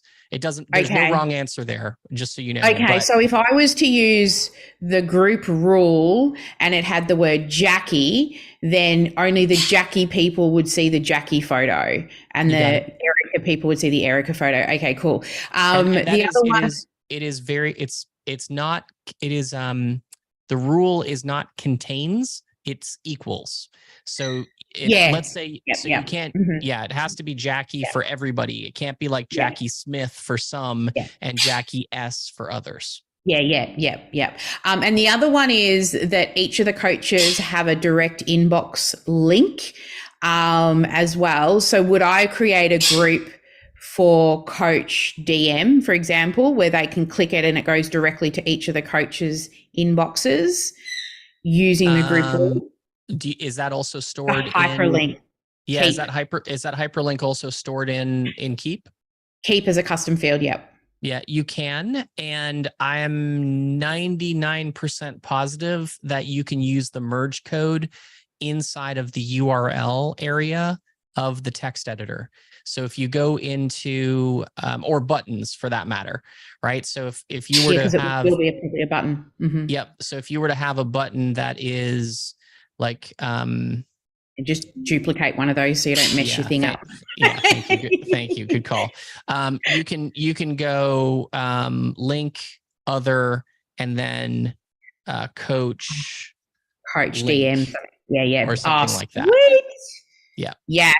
Oh, awesome. All right. That's going to make everybody's life easier, because I was thinking, oh my God, I'm going to have all of these and then all of these pictures and all of the links. But no, one button, multiple links. Excellent. Yeah. Love it. Yeah, Cool. if you have, as long as that data is stored, as long as the URL is stored in a custom field, yeah, you don't have to create 17 different buttons for 17 different coaches. It can be one button that is a merge field. Yeah, love that. So good. All right. I can't remember all my questions. I did put 3 in though. One last question. Does the merge, you have the full URL stored in, like you're not missing the HTTPS : / full URL. Yeah. Cause we also use that in emails and other things, text messages and stuff too. Yep. Yep. That'll work.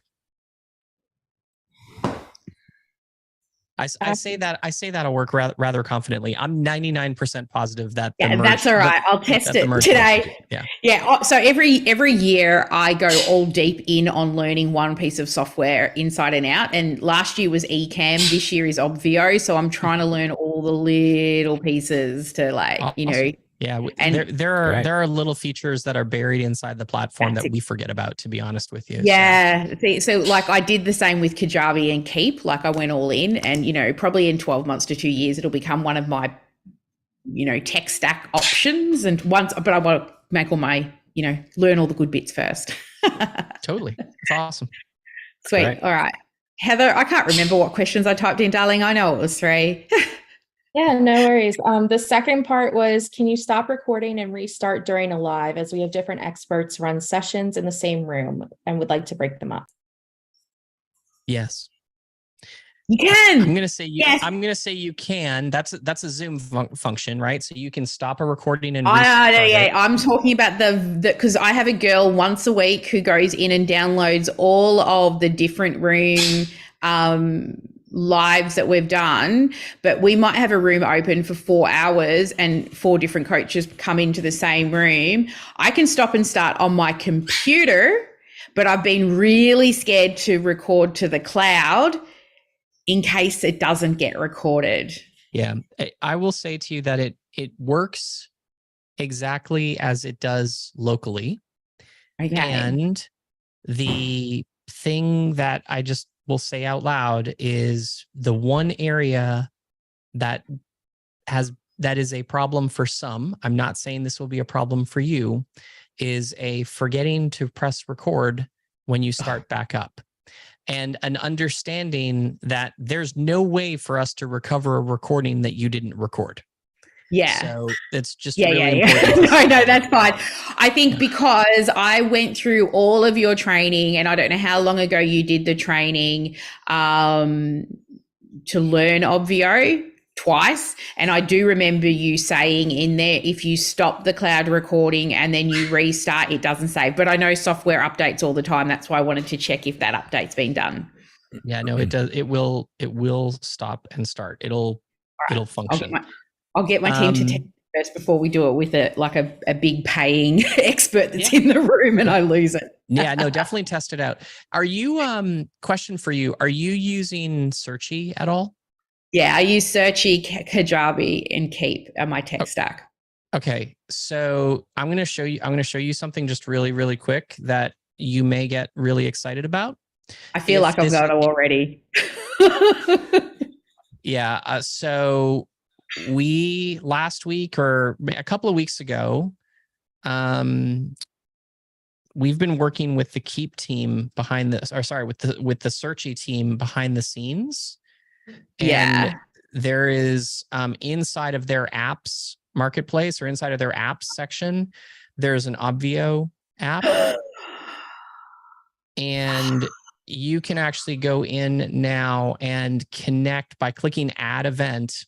It'll ask you for an authorization token. And what that is, if you go to your event and you go to attendee services and access tokens, you can create a token here. If you don't have one, you just click create. It'll add a new one. You copy it and you paste it into their authorization.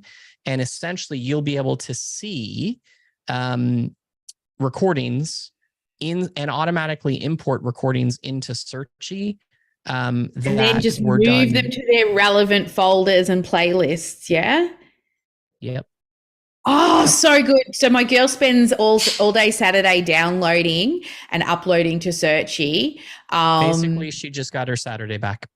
Oh my God. Wait till I tell her. She's going to be so happy. Yeah. Hey, I'm the automation queen here. Anything that can be automated. I mean, you've made my day, and I've not had a good couple of weeks. So this is one of the most exciting things I've heard in a long time. So the Searchy integration is really cool. And I love it. It actually, it's the one thing that if you're starting and stopping records, it's going to be amazing. If you're not starting and stopping records, what it imports is exactly what you get from Zoom, which is that 4-hour call, right? Which is less exciting. But Searchy also, I was on an update call for them at the beginning of this month, and they're really close to adding trimming functionality into the online, into their platform. So once that happens, then even if you do import, let's say you do accidentally record for 4 hours, you can import that 4-hour segment into Searchy. And then once they have this feature live, you'll be able to trim out sections of it and duplicate that. So and that's actually going to make it really easier. I run a 2-hour Q&A session. So I could literally stop and start between each question so that they still get moved, but they don't have to go scrolling. Love it. Yeah, it is pretty sweet. The Searchy integration is really cool. I really love it.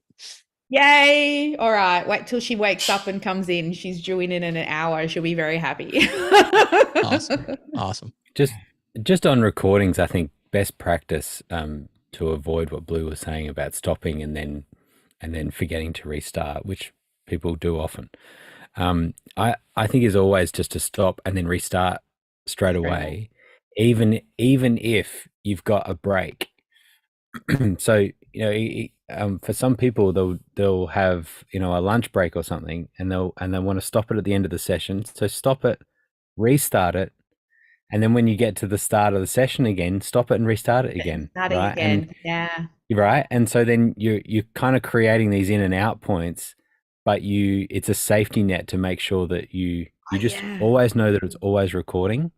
The nice thing with that also is that when people join, as you join the meeting, it says it's being recorded. It's a much better experience if people come into the meeting and they get the recording warning and clear it, rather than you've got all these people sitting in a meeting and then you hit record and then everyone gets the notification, So and I love that. Zoom remembers the recording notification as well. And so once someone has accepted that it's being recorded, when you stop and start, they won't get another notification on that. So that's just a good practice. Always and that's really great for our full day, like immersion, like conversion events, right? Because we've got all of the different PAG stuff that we can chop, which the first event I ran is literally because I was too scared to turn the video off. That's a really awesome update and fabulous. Cool. What was the last one? Let's do another one. Yeah, the last part of that was there's no annotate available in Zoom. We use it all the time to help people during tech training. Someone turned it on previously for us, but it's not showing. Just have to be turned on for all the Zoom areas. Are you talking about annotate when you share screen? Yeah. So when we share screen, we help people set up, keep Kajabi, you searchy, all the things, right? And we'll say, click this button, and we circle it on the screen so that we're not going up, left, left, left, left, right, stop there, right? We just literally circle it. Now, one of my team members said we didn't have the annotate button. See, it's working here. I don't see an annotate on my side. And I don't think you will see an annotate because you're not sharing the screen. No. Everybody there is can an option for that. annotate. Is there? Yeah, because we've been using it since whenever they first turned it on. And they did, one of my team members reached out and somebody turned it on for one of the Zoom accounts, and I don't know which one, inside of Obvio. And I'm managing a few different businesses in the back end of Obvio at the moment, events. And I just need it on all the time for all events. Or do we have to request every time? I think Grant and I are both, that the face that you see is both of us looking to see what the answer to that is, because I'm not sure that we know off the top of our head. Well, okay. I mean, I've got this, that there is an option, click the checkbox to restrict annotation to only the user sharing content, which means that that may have happened, and that's just what I need to check across.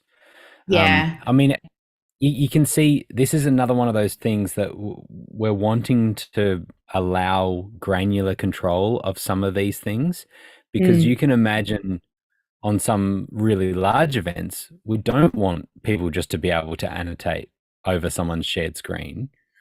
But then you've got a great example of where you do want it. And so it's actually part of our business model. It's really important. And my whole team have really been struggling because So it wasn't an intentional change. I don't know that something has, an update that Zoom has done has pushed it as more of an option.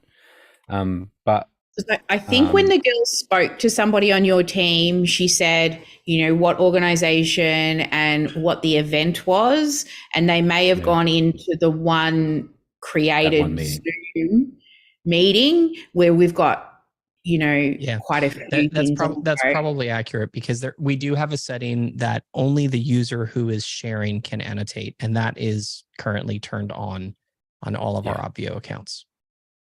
Okay, well, it's not working for us for some reason. No. He's saying it is. It's working. The intended. Because it's currently so it's a reverse negative. So the checkbox to enable is that you are enabling a disable.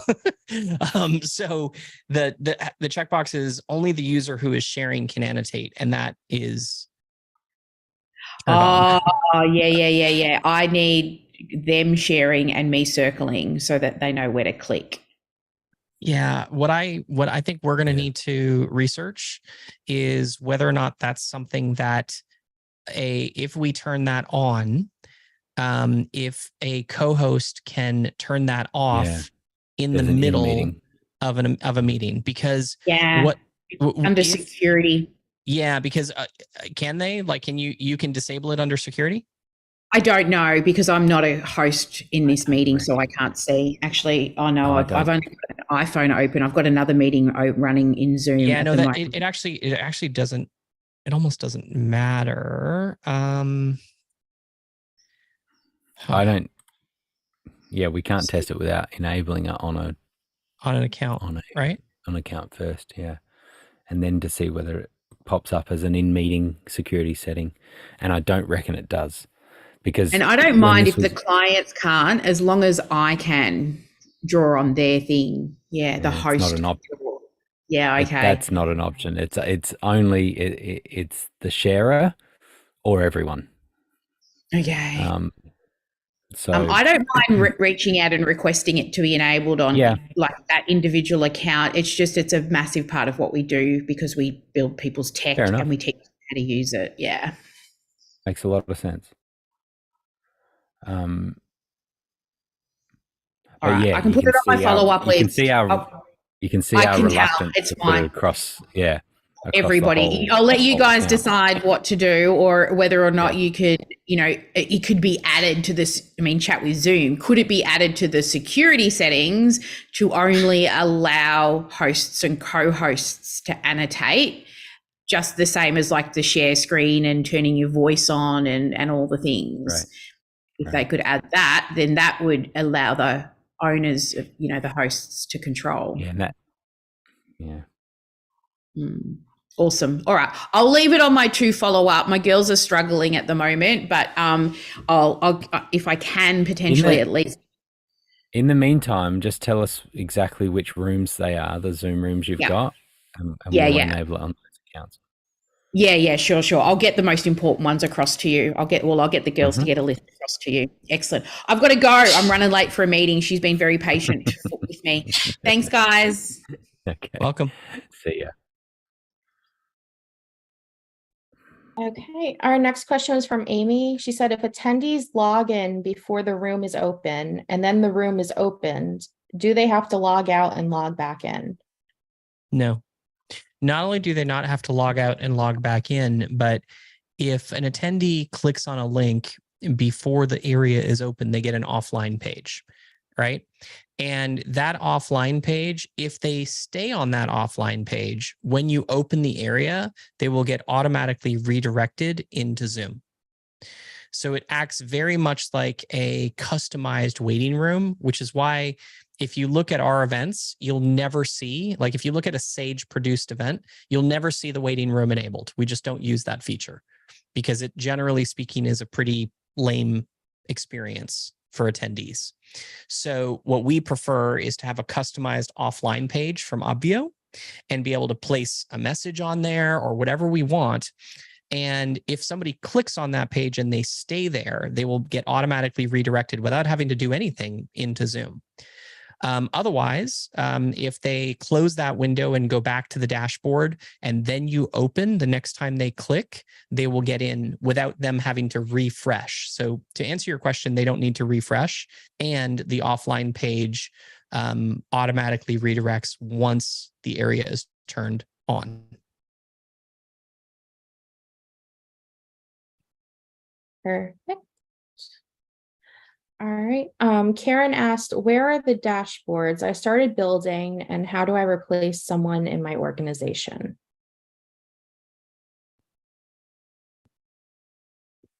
I'm sorry, can you ask that question one more time? Yeah. Where are the dashboards I started building and how do I replace someone in my organization? The dashboards that you started building are likely in your organization that you started to build them in. So if you have multiple organizations, you may need to double check with those organizations to see which of those organizations they're in. There is a small chance that if you happen to, if somebody else has invited you to an organization in Obvio, you may have accidentally created those events in their organization, I suppose.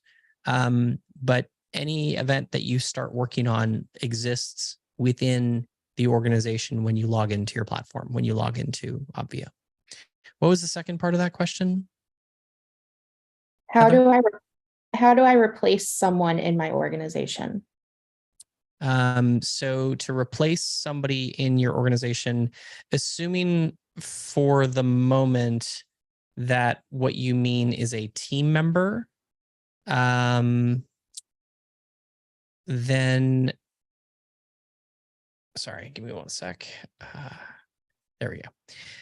Assuming what you mean is a team member, then you would go up to your organization name, you'd go to team, and you would scroll down to a team member that you no longer want to have access to your team. You click on the 3 dots and you click delete team member. Now, once can you show where the organization name is again? Because I can't see it. I'm on my dashboard on my Chromebook. I don't see my organization, and I'm on the call with my phone looking at your screen. Okay, so it's the top right-hand corner. So actually, what do you see? top right hand corner, do you see a button that says new organization? No. Okay. Do you see what do you see top left hand corner? Do you see a little icon that looks like an account icon like this? I don't. I just see the Obvio kind of banner. Then it says the update and Q&A dashboard. And this is like the original first landing page when I joined, I don't know how long ago. Okay, so you are on the dashboard for this event because technically you're in an event right now, right? On Obvio. You're not inside of the application itself. Okay. So to get to the application itself, Karen, you're going to want to go to app.obv.io, which app.obv.io. You got it. Okay. And there I am. I found the organization. Okay. That's awesome. very exciting. I will bookmark this page. Cool. And then you said, and if you click on the organization does it say my organization by chance? Yes. Yeah. So if you click my organization, you'll then see the events that you started working on. Okay. And then you said, I can click on my organization and then put team and then take someone off and add someone. You got it. Okay. And how do I send them the invitation to be a member? So when you up at the top where of the teams page, you're going to see a drop down to allow you to select a role. You want to make sure that you select the role that you would like them to have first, and then type in their email address right below that. And there's a button that I believe says invite. And when you do that, or it may say add team member. I don't remember what it says in this moment. I could just go look at it. That would be smart. 1 second. Team. So yeah, what you do is you select the role you want them to have, and then you type in their name, and then you click the button invite. And when you do that, that team member will get an email from Obvio, and they're going to get one of two emails. If they've never been on Obvio before, they're going to get an email that invites them to create an Obvio account. And once they do, they'll have access to your organization. If they already have been in Obvio on somebody else's account, like on somebody else's organization, they'll still get an email, but it'll say something along the lines of Karen Lang has invited you to her organization. Click here to access it. And then they'll be able to. So either way, Obvio will send them an email for you automatically. Okay. Does that work? You good? Yeah, I think so. Cool. It says add person's enter email. Yeah. Which I added the person's email, but then next it says user email address. Is that my email address? No. That's you're entering your team member's email address. The one I want to create for her? Well, does she already have an email address? Yes. That's the email, like either with your company or like a Gmail address or something along those lines. Right. She has an other email, an outside email. Right. That's the email address that you want to use, unless you're going to be setting her up with like a KarenLang.com email address. That's a different thing. That it doesn't matter. Well, I'm also going to do that. So you may want to make a decision as to whether or not you want her personal email address to have access to the account or her work email address. But from our perspective, it doesn't matter. Like from Obvio's perspective, it doesn't really matter one way or the other. Hey. Okay. Yeah, I'll figure it out. I got far enough. I'm trying to figure out what's the most rational order of operations. Do I create one from my domain and then add her as to Obvio from that or something outside. So I at least I found my organization. I'm not devastated. Awesome. So, Yeah. thank And you. if you are going to send that, if you're going to have it be like your company's domain email address, don't invite them to Obvio until that email address is set up. Exactly. Because they won't get the email in that case, because it'll bounce Right. because the email address Right. doesn't exist. Okay. We've had the fits and starts of a startup with deaths in people's families and Philippine holidays and interrupted travel. But I'm God familiar bless you with all at and cover least you in the storm. 67% of those problems. 100%. Yep. Right. Thank you. Hey, hey, Blue. I've just been able to set up the sharing, and there is an option. It is there. Yep. So so an internal meeting that we're having right now. I would propose that we do just we enable it account wide. Yeah, I don't have a problem with that. Grant, does it default to enabled or disabled? So the interesting thing is that it's not within, if I show you, it's not within the normal. Yeah.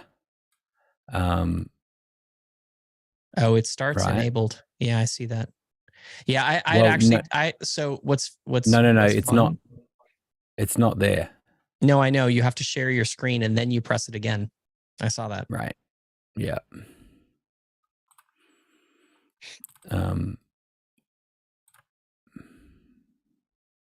Yeah, and it defaults to allow. I don't know if once you've turned it off. No, I do, because I'm so you and I did pretty much the exact same thing. Right. Because I started another Zoom meeting over here. Yeah. And I also have tried that, but yeah, it starts allowed.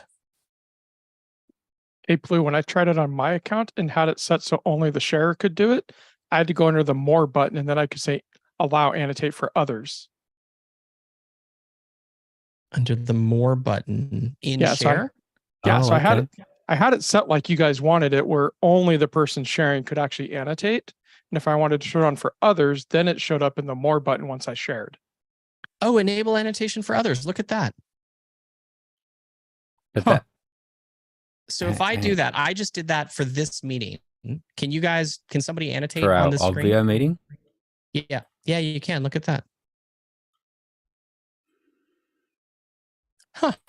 Only once you're sharing. Look at us learning how to use Zoom. This is awesome. Yeah. Look at that. Disable annotation for others. All right. So now I vote to leave it turned off. And if somebody wants to turn it on, they can turn it on the fly. In meeting. Because I don't like how when it's enabled, it's enabled by default. Yeah. So would somebody send Heather, would you send Sparkles? I don't remember her real name. I believe it's Sally. Yeah. Would you send her I'll let the her instructions? Yeah, the instructions on how to do that. That'd be awesome. Sorry, I just wanted to test it. Okay. Yeah, gotcha. And it defaults to off. Yeah, which is nice. Right. Okay, problem solved. Thanks, Justin. Yeah, thanks, Justin. It's great. Yeah, we're all sitting here, and Grant and I are sitting here answering questions, and we're all at the same time trying to see what's going on. Like, I wonder where that'll actually work. Yeah, what about that? Nerds. We do have one more question left. Is that okay? Let's do it. All right. So Marley said, how do I zap a ticket purchase made via Stripe over to my CRM, which is MailChimp? Last time I tried in May, Stripe wouldn't provide a unique identifier.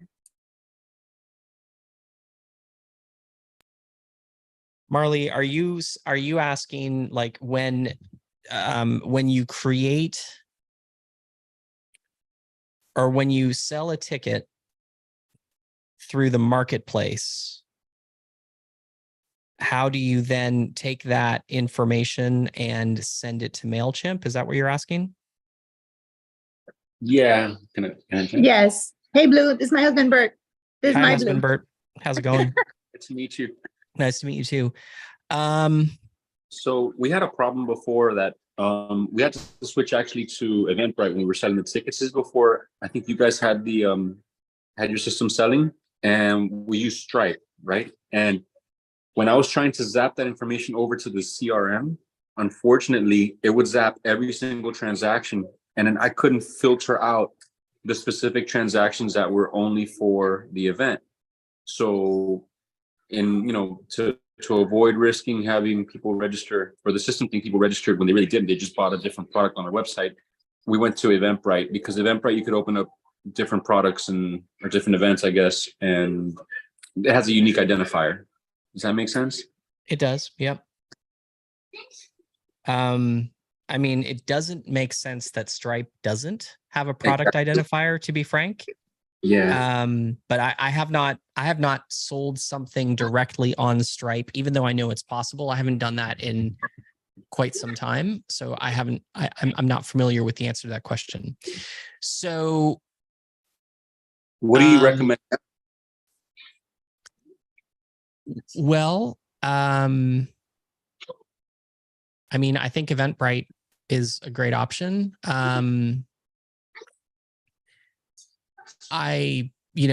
For selling tickets, I mean, oftentimes we use ClickFunnels, which uses Stripe in the back end. And you can take that information and get it to both Obvio as well as MailChimp through Zap. Pretty easily. But I imagine you use ClickFunnels as the app that's sending the information over, and not Stripe directly, correct? Yeah, it's a little more complicated than that. For us, when we use ClickFunnels, ClickFunnels is connected to Keep, and then Keep is connected to Obvio. So that's how we're doing it. Okay. But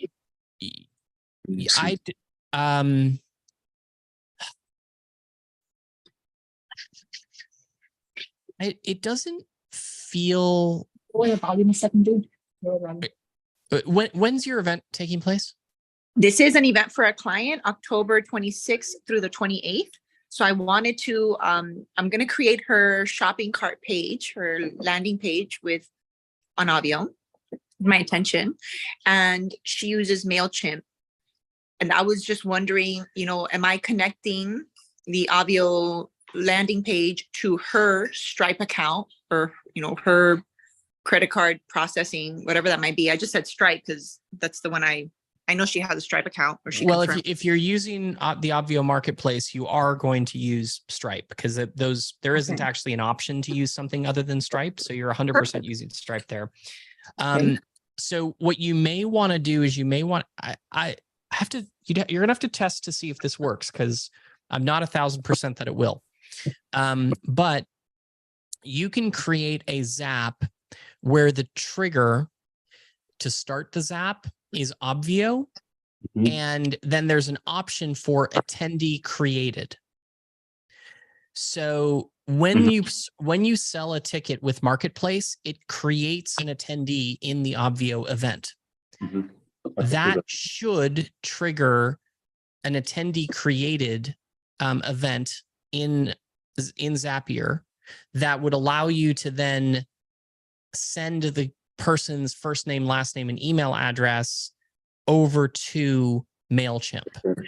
Okay, that's perfect. That should work, but to be perfectly fair, I have not tested that, so I'm not 100% or 1,000% positive, but it should work. Okay, we'll let you know. Yeah, and if it doesn't work, please do, because honestly, it's the way it should work. So. and Jess, I want to make sure, thank you for that.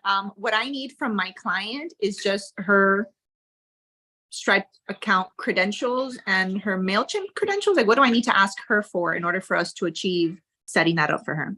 First off, you're going to want to make sure that you have an organization that is hers, right? That is just for her, because at the organization level is where Stripe is connected.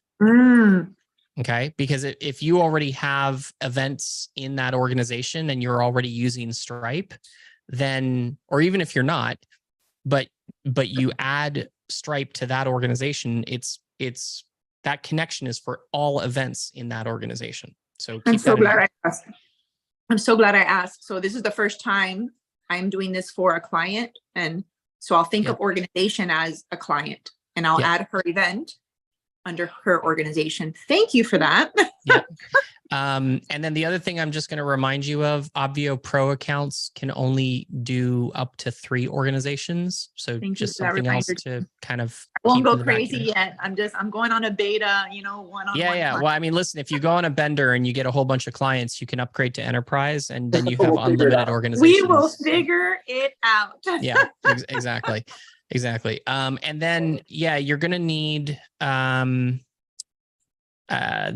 you're either going to need to be set up as a user inside of their Stripe account so that you can add it, or you're going to need their Stripe credentials. I mean, from a What should I security suggest for them? I will tell you this: if you were my vendor, I wouldn't give you my Stripe credentials. So because it's basically like giving your bank account login. And she trusts me and all, but I think I should ask her to add me as a user, right? Yes. Yeah. And try to just give her like the email address that I want her to. And make me an admin of my account, or you can fuck. Oh, sorry, clean show. Okay. My kids were not within earshot, but they are. Okay, good.